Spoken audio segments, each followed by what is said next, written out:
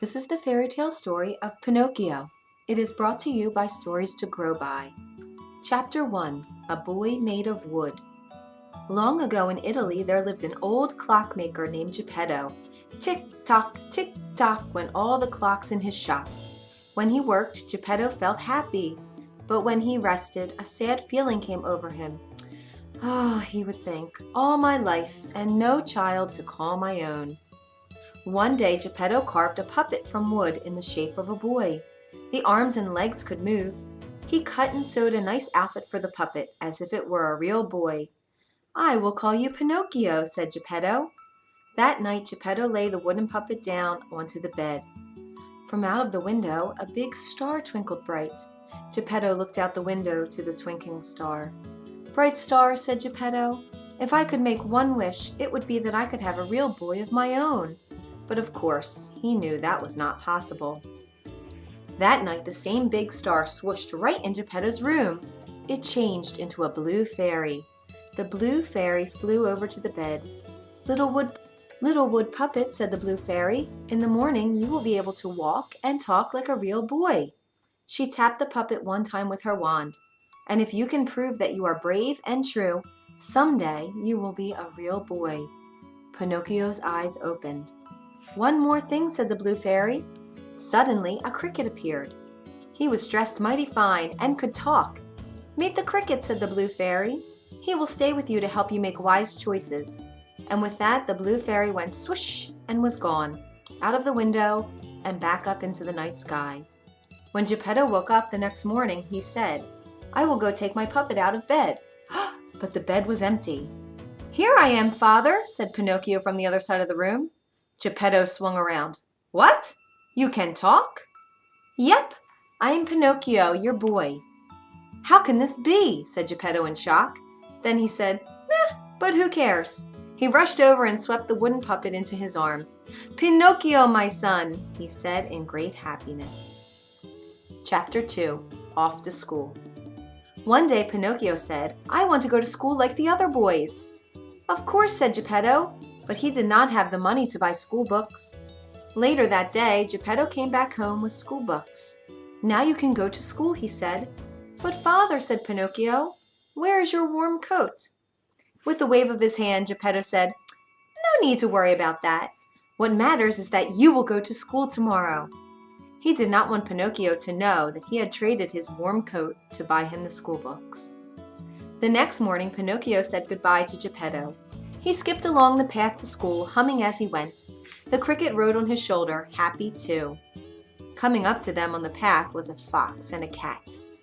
And where are you going on this fine day? Said the fox. I'm going to school, said Pinocchio. On such a fine day as this, said the fox. It is much too nice to be stuck inside school.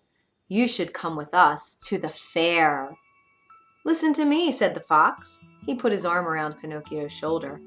Anything you need to know, you can learn at the fair. Really? Said Pinocchio. Take it from me, said the fox. Pinocchio, said the cricket. He does not know what he's talking about. The fox covered the cricket with his hat. No one could hear the little fellow as the cricket tried to call out, Pinocchio, do not listen to him. Okay, said Pinocchio, let's go to the fair. And off they went. Chapter 3. The Fair. What a fair it was! By the gate was a man dressed in white. He called out, come in, right this way, get your tickets here.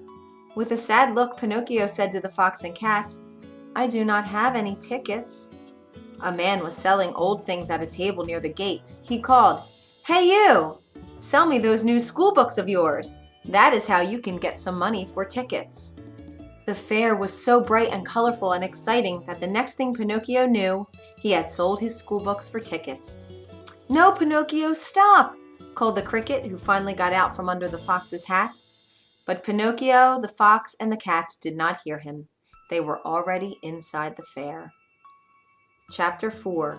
The Man Who Ran the Fair. On stage was a puppet show. I'm a puppet too, said Pinocchio. I can dance like that. He jumped right onto the stage and started to dance with the other puppets. "Look at that new puppet," someone called. "It has no strings." "No strings," said another. "Amazing." Everyone laughed and laughed. They threw coins on the stage. The man who ran the fair saw coins fly onto the stage. Well now," he said, rubbing his chin, "this puppet with no strings will make me rich." The next thing Pinocchio knew, he was picked up and thrown into a bird cage. In the next moment, the door was locked shut. "Hey, get me out!" called Pinocchio. But the person who had thrown him in just left the room. Only the cricket heard Pinocchio's calls. The cricket ran back and forth in and out of the birdcage, trying to find a way to free the lock, but he could not unlock it. "I am stuck," cried Pinocchio. "How did this happen to me?" Chapter 5. The Nose Grows. All of a sudden, poof! There was the blue fairy. "Please," said Pinocchio, "can you help me?" "Tell me something first," said the blue fairy. "How did you get inside that cage?" "Tell her what happened," said the cricket. "Well," Pinocchio stopped. Could he really tell the blue fairy what had happened?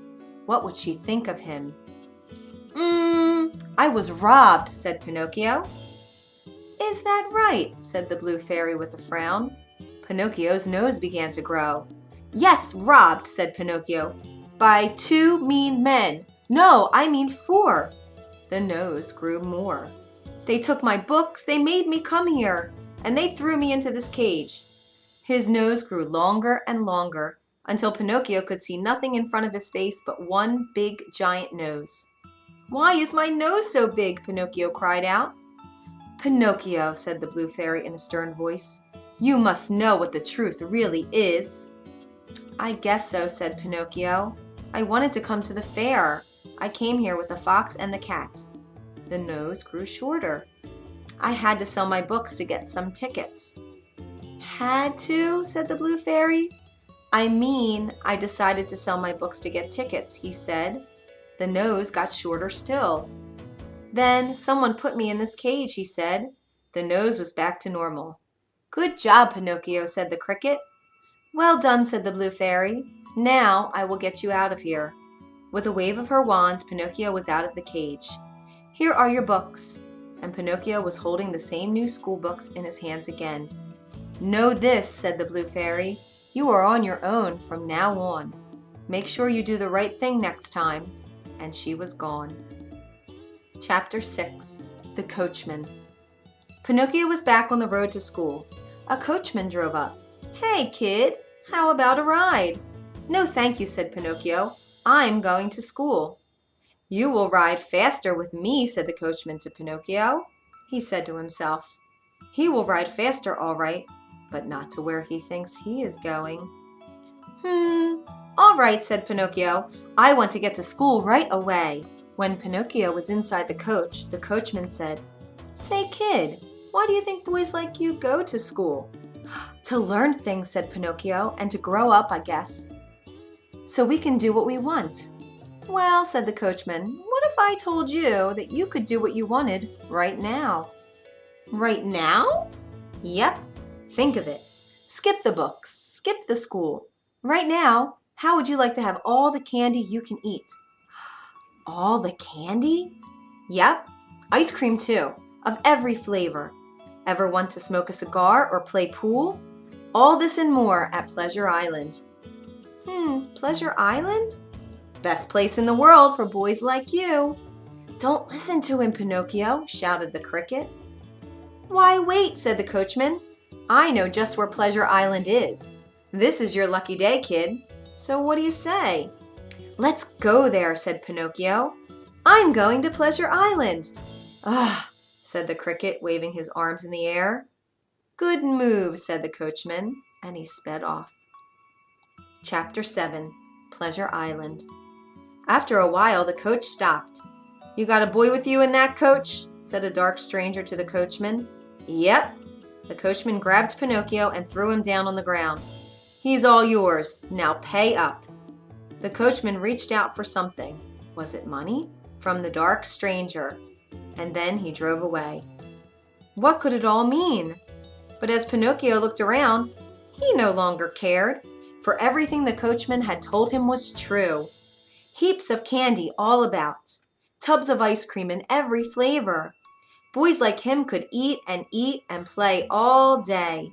None of them had to work or clean up. There were even cigars if you wanted, and pool tables to play. But after a few days, something was odd. Where did all the boys go? He asked the cricket. All I see now are donkeys, said Pinocchio. I must say, there used to be more boys around here, said the cricket. Just then, one of his ears popped into a donkey ear. Then his other ear popped into a donkey ear too. Oh, cried the cricket, what is happening to you, Pinocchio? I don't know, honk, said Pinocchio. Pinocchio and the cricket saw a line of donkeys led by a dark stranger into a truck. Oh no, said the cricket, now I get it. Boys get turned into donkeys here. Then the donkeys are sold. Pinocchio, we have to get you out of here, fast, while we still can. Let's go, honk, said Pinocchio. His 2 feet had popped into 4. Run, quick, said the cricket. One good thing about Pinocchio's new 4 legs is he could run very fast. Quick, quick, they ran out of Pleasure Island. Soon they were at a dock by the ocean. Please, sir, Pinocchio called out to a man by the dock. I am looking for an old man named Geppetto. Do you know him? Sounds like you are getting a bad cold, said the man. Geppetto? That's the old man whose son left one morning and did not come back. He went out on a boat to look for him. No one has seen the poor fellow since. Oh no, this is all my fault, said Pinocchio. I must look for my father. Pinocchio jumped off of the dock into the ocean. The cricket jumped in too, close behind. Chapter 8. The Whale. Most of Pinocchio was still made of wood, so he could float on the ocean. Father, he called out, paddling the water with his arms. Father! But there was no answer. All Pinocchio could see around him was blue water everywhere. Until, what was that far away?